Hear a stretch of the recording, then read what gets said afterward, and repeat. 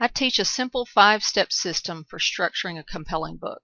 And one of those steps is using what I call the story sandwich. Stories engage your readers, they pull them in, they connect to their heart, and they open them up to learning from you.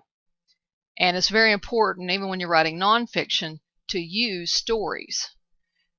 But today I want to talk with you about how to use stories not only in books, but also in the other things that you put out online. Anything that you use like social media or blogs or the emails that you send out to engage your readers and really connect with your audience.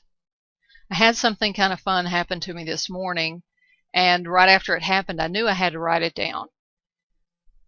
I was at the gym doing my stretches, and I noticed an elderly gentleman I see frequently. I smiled and said, "Good morning." He returned the greeting and asked, "Are you an RN?" "No," I replied.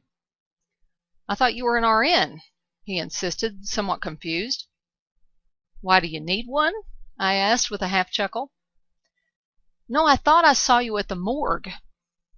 "The morgue?" I repeated with raised eyebrows. "Are you a doctor?" "No, I'm a patient," he said. My internal wheels were spinning.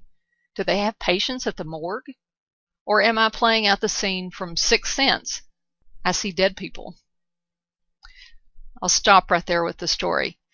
I tell the whole story on the blog here, but what I did was I went over to Facebook and I put in up until that point. And then I said, read the rest of the story at my blog.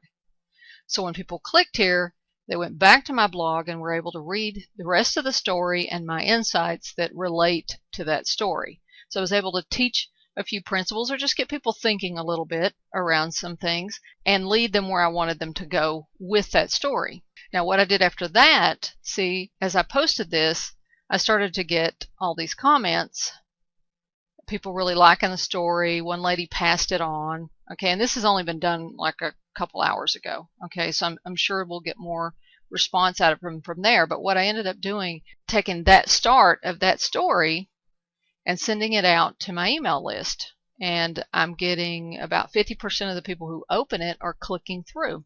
So this is a way that you can use your stories in emails you send, out on Facebook, other types of social media. You could do the same thing with Google+, and pull people in with that story. Connect with them, engage them, and you'll get more comments. You'll get more responses to your emails and your blogs and everything that you're doing when you use the power of story to connect.